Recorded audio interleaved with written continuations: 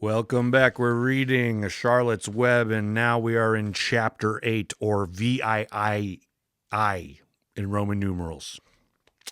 Talk at home. On Sunday morning, Mr. and Mrs. Arable and Fern were sitting at breakfast in the kitchen. Avery had finished and was upstairs looking for a slingshot. "Did you know the Uncle Homer's goslings had hatched?" asked Fern. "How many?" asked Mr. Arable. "7," replied Fern. "There were 8 eggs, but one egg didn't hatch, and the goose told Templeton she didn't want it anymore, so he took it away." "Goose did what?" asked Mr. Arable, gazing at her daughter with a queer, worried look. "I told Templeton she didn't want the egg anymore," repeated Fern. "Who's Templeton?" asked Mr. Arable. "He's the rat," replied Fern. "None of us like him much." "Who's us?" asked Mr. Arable. "Oh, everybody in the barn cellar. Wilbur and the sheep and the lambs and the goose and the gander and the goslings and Charlotte and me." "Charlotte?" said Mr. Arable.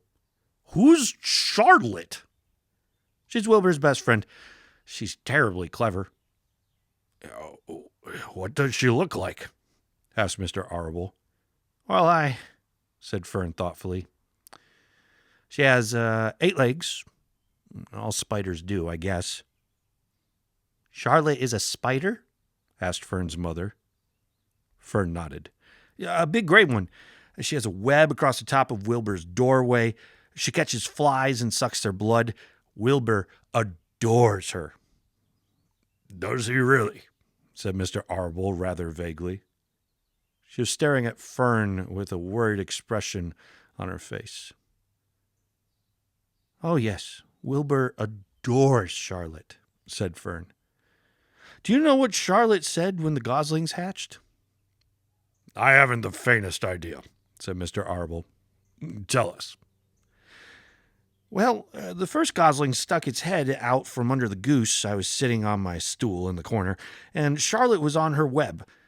She made a speech. She said, 'I am sure that every one of us here in the barn cellar will be gratified to learn that after 4 weeks of unremitting effort and patience on the part of the goose, she now has something to show for it.' Don't you think it was a pleasant thing for her to say?" "Yes, I do," said Mrs. Arable. "And now, Fern, it's time to get ready for Sunday school. And tell Avery to get ready. And this afternoon you can tell me more about what goes on in Uncle Homer's barn. Aren't you spending quite a lot of time there? You go there almost every afternoon, don't you?" "I like it there," replied Fern. She wiped her mouth and ran upstairs. After she had left the room, Mrs. Arable spoke in a low voice to her husband. "I'm worried about Fern," she said. "Did you hear the way she rambled on about the animals, pretending that they talked?" Mr. Arable chuckled. "Maybe they do talk," he said. "I've sometimes wondered. At any rate, don't worry about Fern. She's just got a lively imagination. Kids think they hear all sorts of things." "Just the same, I do worry about her," replied Mrs. Arable. "I think I shall ask Dr. Dorian about her the next time I see him. He loves Fern almost as much as we do, and I want him to know how queerly she is acting about that pig and everything. I don't think it's normal. You know perfectly well animals don't talk." Mr. Arable grinned.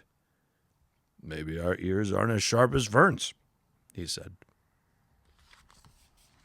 That was Chapter 8. Not as dark as Chapter 7.